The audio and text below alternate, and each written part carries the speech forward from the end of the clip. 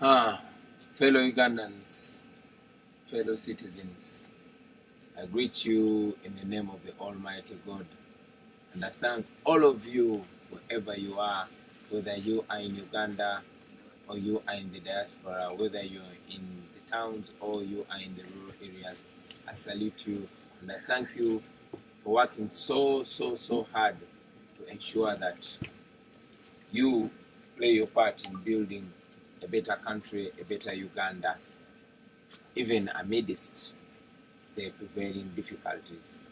Thank you very much, fellow citizens. And in a special way, I want to thank the people that have received us in the many districts where we have been holding our campaign meetings, right from the people of Mbarara who received us when we were launching our manifesto. We thank you very much. To the great people of Bankole, mwebale munonga, mwebale barambanje, mwebale munonga. To the people of West Nile, awadifo. To the great people of Lango, Afoyo Matiek. To the people of Usoga, mwebale ino, mwebale bakagwa, mwebale ino, mwebale idara. To our brothers in Acholi land, Afoyo Bear. To the people of Teso, Yalama Noi. To our brothers in Karamoja, Alakara Noi. To our brothers in Bugishu, Manyara Navi, Manyara. To our brothers in Bukedi and all these other areas, Mwebale Muno. Thank you very much. We salute you. We had gone to different districts in different sub-regions. Of course, before the Uganda police and military rudely interrupted our program. To this end, I send special greetings to the people of Luuka who were arrested from Luuka. But we salute to the people of Luuka for the welcome. We send this message to the people of the people of Kamuli, the people of Mpiji, the people of Masaka, Liantonde, Chiruhura, Mbarara, Isinjiro, Ntungamo, and Rukonjiri districts. We were not able to meet you because of the violent and illegal arrests that you saw, that were of course imposed to us by the state. But we had even been earlier blocked from accessing Kitgum and accessing Sironko and Bujiri. We were not able to go there. I am persuaded, although, that Mr. Museveni was blocking us from seeing these people because he knows the kind of mess that he has created in these places. So he cannot stand us going there to tell them the truth. I am persuaded that he knows that when we go there, we will just show them the mess, which I'm sure they've been seeing for a long time. You notice Museveni stopped me from carrying on our my nationwide music shows because he knew that through music we were showing people the obvious, we were opening people's eyes. And indeed, he stopped me and the team from going around the country to carry on our consultations because he knew he does not want us to communicate, because the more we interact is the more people's eyes get opened. But too bad for him, the people are already fully alert. They understand what's going on in their country. So I salute all efforts, all friends in the struggle that have played their part to ensure that our people are fully awake, because we all see that people are fully awake. Our fellow citizens, while President Museveni and his surrogates are going around holding rallies, holding processions, they are beating us, torturing us, killing people, and throwing us in prisons for doing the same. He knows that even when he was encouraged to postpone the election, he was looking at this COVID-19 pandemic as an opportunity to rig the election, to play his usual game. But again, he realized that not even the pandemic can stop the people from coming out, and that's exactly what happened. Now, having seen that he has no other option, he resorted to his usual brute force, unleashing terror to the innocent citizens, and that's exactly what was happening. He arrested me and many other comrades and dropped us in Nalufenya. Why? Because he had no other options. Museveni did not want us to speak to the people of Luuka, because he knew we were going to tell them that more than 79% of the people of Luuka live on Tadoba, Butadoba, or paraffin. More than 79% of the people of Luuka, with the great resorts that is in Busoga. He knew that we were going to tell them that more than 87% of the people of Luuka rely on firewood for survival. He knew that I was going to tell the people of Luuka that only a quarter, 25% of the people of Luuka have permanent houses. A quarter of the population. He knew that. That's why he stopped us. I mean, by the way, in a special way, abantu ba Luuka mbalamusa kwino gwali mu kisagwa amani okwira kwe wifwe lwaki Luuka ndetayo wifwe nze baba wange nga tanafwa yankoba nti omu ku badada bange mudi 18 something yaliwe Luuka era bamuziika Luuka bali bamweta Bwago. Era ndikwida kufunayo olunaku lulala nje Luuka eyo kumalanga wiiki ndala nonye ku relative bange ab'omu Luuka nkidi nti abalala bakaliyo aya abandi basenguka era bajayiganga, era ndidi nti abakaire b'omwiganga baidi omukaire bali beta Bwagu Sekayi yali mudingwino awo mwiganga yafa mu myaka ja 1950s baba we yankoba. Oyo mukaire we dada wange baba oyatola ku erina lya Sekayi nali wa mutabani wange beta Solomon Kampala Sekayi, erina lyali lya dada wange bali bamweta Bwagu Sekayi, yali mudingu weiganga. Kale no bobona oti abantu bebusoga banenda ino ayenze nambenda ino eyo tinsobi baba ze ndi webusoga ndi mwana wa Luuka. So I salute you, my brothers and sisters. I knew Museveni would not allow me to come and tell you these things face to face, because he has survived by dividing us along tribal lines, along religious lines. But now he sees a generation that's so connected, as if this connection was made in heaven. So he's so scared about us coming together. Museveni did not want me to step in Buyende, because I would have told the people in Buyende that despite paying a lot of taxes, over 70% of them have no access to drinking water. I would have told them that. I would have told them that over 90% of the people in Buyende aged above 15 years, they only have senior 4 as a maximum level of education. He didn't want me to tell them that. He didn't want me to say that over 4,900 households in Buyende lack toilets, and over 93% don't live in decent houses. He's scared of that. He does not want me to tell our people that they are actually slaves in their own country. These statistics I'm giving you are from, a government agency, UBOS. So Museveni is scared of that. Museveni knows that we can break it down for our people so that they really know how much he has robbed our country, how much he has impoverished our people, how much how serious an urgency it is for us to get him out of power, to rid ourselves of of a looter. He did not want that. However, we are able at least to share this now. He didn't want me to come to Kamuli because he did not want me to remind our people there of the persistent lies that he has been telling them, promising one thing after another.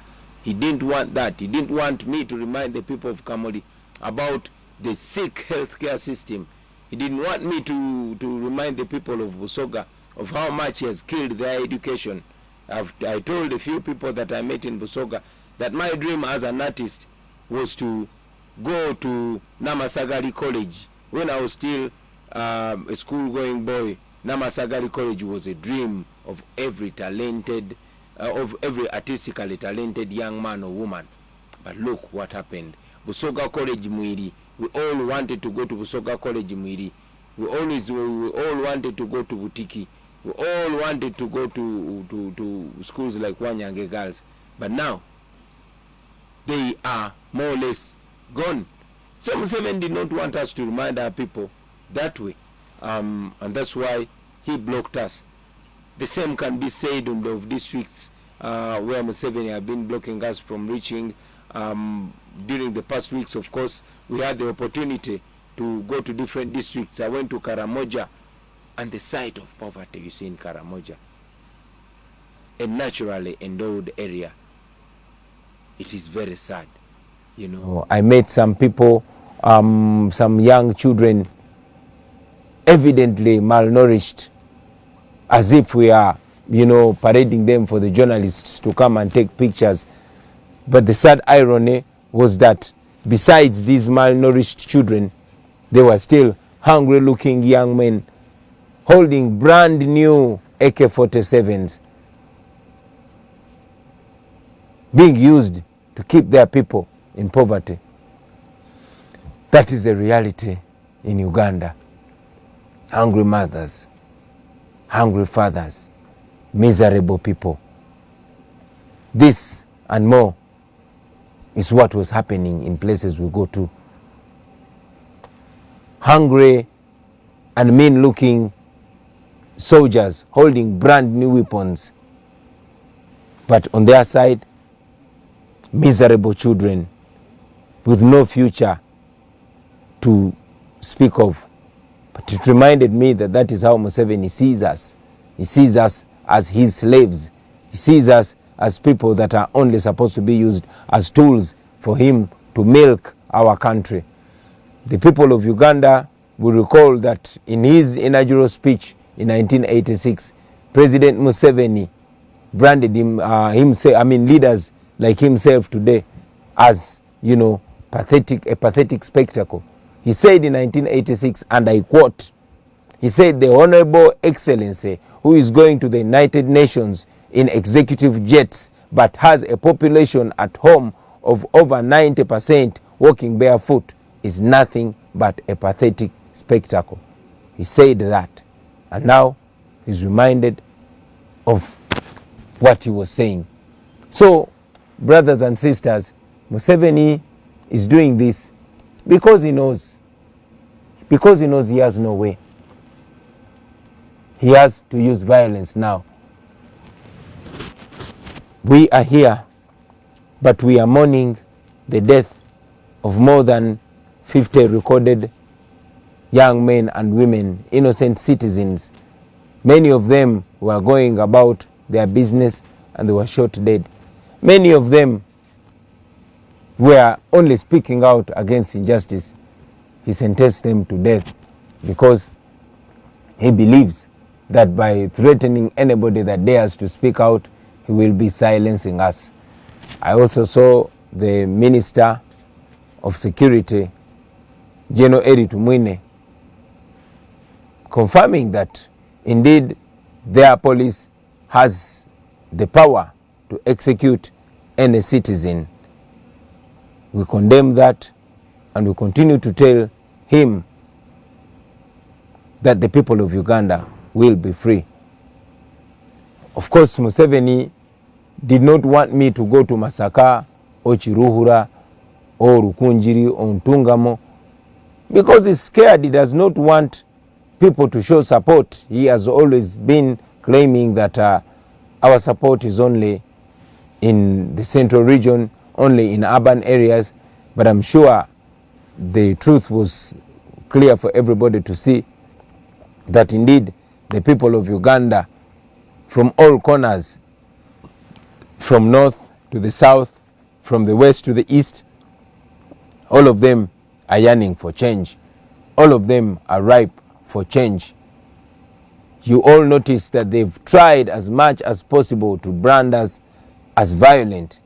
And as I always reiterate to our comrades in the struggle, that we are non-violent and we don't intend to use violence whatsoever to achieve our desired goal. We don't believe in violence. We know the regime is trying as much as possible to brand us violent so they can, respond to us with violence. And sadly, these people that are being used to make violence to innocent citizens, they are equally miserable. I met an elderly man in Nebi who has been a police officer for a long time. He struggled as much as possible, selling even the land that his parents left to him to take his son through school. He has a son who wants to be a police officer. Of course, he studied economics, but after 4 years of graduation, he has not found a job. But this man, all through his career, all through the 40 years of him serving in police, he has been promoted only once. He has lived to witness the sons and daughters of those who are well known fly through the ranks past him. But now his son wants to join the police. Yes, after his bachelor's degree, he has not gotten a job. He's at crossroads seeking advice from me. And my advice to him was to vote, to come out and vote, because this cannot be fixed if we don't have a better leadership. This cannot be fixed if we don't have a leadership that considers, merit while promoting the men and women in uniform. Of course, so many other people that I met, the young nurses, there's even a nurse that was, fired for interpreting for me when I went to, where is this before? To Nebi. No, to Pakwach actually. I was in Pakwach. This nurse is going through trouble for translating words that are not inciting violence, for translating words that are only communicating a message of freedom. My fellow Ugandans, I only want to encourage you to be firm. I only want to encourage you to believe in change that is before our very eyes. We are going to the polls on January 14th. Although Museveni and his people are trying as much as possible to stamp it in our minds that we don't have a right to change our fortunes through a vote, although they've unleashed brute force trying to communicate to us that even when we vote him out, he has the capacity to rig the election. But I want to give you confidence, my brothers and sisters, that it is possible. We have seen more brutal dictators around us, but the power of the people has prevailed, and the people's voice has ultimately reigned supreme. So I want to give you confidence. I want to give you encouragement. It is sad that we lost our people. It is sad that our country continues to be divided by people that know how dangerous it is to divide us, but we as a generation should stick together. We as a people should remember that we are stronger together and we are more united than divided. All through history, these dictators, they unleash brute force. They use young men and women to brutalize their fellow citizens. But when it's time for them to go, they run away alone. I want to send a message to our brothers and sisters in uniform, those in police, those in the military, those in prisons, and all security agencies. Friends, do not be misled by these men and women whose future is already behind them. Please don't be misled. I want you to remember that you are living in a generation where everything is on camera. And I'm sure you've seen in the past that at the end of the day, each officer that abuses the rights and freedoms of the people ultimately answers individually. We know many of you are good citizens. We know many of you are good officers. I've interacted with many of you, and indeed you have communicated to me that you don't like the orders that you are being given. So I appeal to you to stick by what you are trained. You are not trained to brutalize Ugandans. For you, the police officers, you are trained to protect life and property of the citizens. You are trained to keep law and order. You are officers of the law. For the soldiers, the military men and women, you are trained to protect Uganda and its sovereignty. Your enemies are not the Ugandans. So don't be used. We know also that the regime decided to use some bandits, like historically it's known that the regime has used bandits, or they have been bandits themselves in the past. So they've decided to use some armed hooligans who show up on our streets without uniform, but wielding dangerous guns, AK-47 and others, shooting and murdering unarmed civilians. I want to remind you, friends, that there will be a time of answering questions. So whatever you do, remember that one day you're going to answer. Now, to President Museveni and his anger zone. You have spoken the way I'm speaking in the past. Only that, very disappointingly, you don't want to be reminded of your words. Mr. President, all we are saying is be a man of your word. It is you, the elders, that teach us to keep our word. You say if you're a man, you keep your word. So all we're asking of you, Mr. President, is keep your word. Be a man of your word. You said Africa's problem, and Uganda in particular, are the leaders that overstay in power. You one time said a fundamental change had come to Uganda. You one time said you will not preside over a government where people are killed and you don't know the killer. You one time said that you went to the bush because Obote killed your people, because Amin killed your people. These are the same reasons that you gave for picking up guns and convincing young men and women of that time, our age of that time and even younger, to join you in what you called a liberation struggle. But here we are, 40 years later, you are killing our mothers, you are killing our fathers, you are killing a population who are supposed to be your grandchildren. You are presiding over a regime of blood and terror. Blood is flowing on the streets. We have appealed to you time and again that we are non-violent. We have appealed to you to respect the words that you've said, to respect the words that you wrote in your books, the words that are in your book by you and your team called Mission to Freedom, the words that are in your book called Sowing the Mustard Seed, the words that are in your book, What is Africa's Problem? I continue to remind you, Mr. President, that we are not going to give up, sir. We are not going to give up because the law is on our side. We are not going to give up because the people of Uganda are on the side of the truth. the same truth that you are stopping us from telling the people. You said you were fighting to return democracy. Let democracy prevail. You know, be a real soldier. If you're a real soldier, you know, respect the rights of the people. If it is democracy, let it be democracy. Respect fair play. Let the people of Uganda decide. I know many of you fellow Ugandans have asked us what we shall do to President Museveni after we defeat him.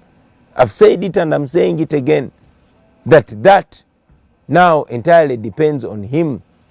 It depends on how he wants to go out. If he respects the voices of the people of Uganda, we would be happy to respect him, to retire him with dignity, and of course to have him as a resident former president who can even guide.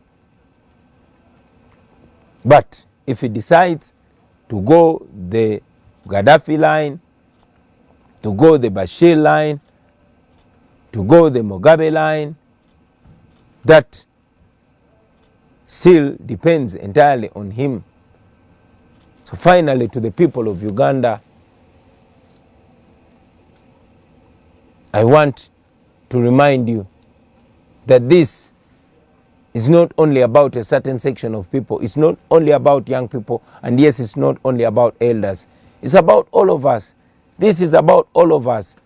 Bad roads will not ask what tribe you are or what religion you are or where your family is before they kill you in an accident. A badly governed country will not, discriminate. Some of you have seen young ladies that were not political at all. Some of them did not even know they are slaves in their own country, going about their usual business, murdered. A young lady who was carrying food to a customer, murdered. We saw even a university lecturer murdered. So we are all in danger until none of us is in danger. It is important that we all play our part, those in Uganda and those in the diaspora. We, the leaders, all we can do is offer ourselves to lead the charge. But everybody is equally important. I want to encourage all of you, brothers and sisters, to encourage those that you can reach to come out in large numbers and vote. I repeat, come out in large numbers and vote. This is a protest vote. This is a revolutionary election. Let us embrace it. Let us go into it as a nation. My message to the forces of change. For starters, I want to appreciate all the fellow leaders. I want to salute you, Dr. Kizza Besigye. I want to salute you, all fellow leaders, General Mugisha Muntu, Honorable Norbert Mao. I want to salute you, General Tumukunde, and all other colleagues that stood in solidarity with me and the National Unity Platform when we were illegally incarcerated. We don't take that gesture of comradeship for granted. We thank you very much. And I really, really hope that we can go on working together and solidifying, because, like I said before, none of us can easily succeed alone. But if we come together, we can chase this man away. We can put an end to this dictatorship if we all come together. If we all come together, this can be a life-changing opportunity for the people of Uganda. I've said it before and I say it again, that the people of Uganda are already united. It's upon us, the leaders, and I'm really, really encouraged by the constant gestures of unity. We have the opportunity, and if we maximize it, Museveni and his regime of blood and terror will be history. I thank all of you, ladies and gentlemen, for tuning in and listening to me. I want to inform the people of Chenjojo, of Chegegwa, of Fort Poto that we shall be with you tomorrow. And all areas where we've not come yet, we shall be coming there. The people of Busoga, the people of Sironko, the people of Kitgum, where we've not been able to reach, we are making efforts to adjust our program to ensure that we come there physically, so that we share these facts physically, so that we share these truths physically. I know the regime will try as much as possible to block us. I know they'll try as much as possible to ensure that we don't reach you with the message of freedom.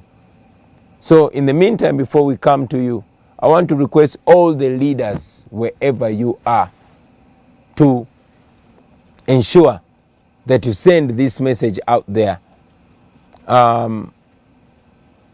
Abariyomu ankore message mujongereyo, abaana babusoga message mujongereyo, mwena abali mu bitundu ebya Uganda ebyenjawulo message eyo mujongereyo baganda bange.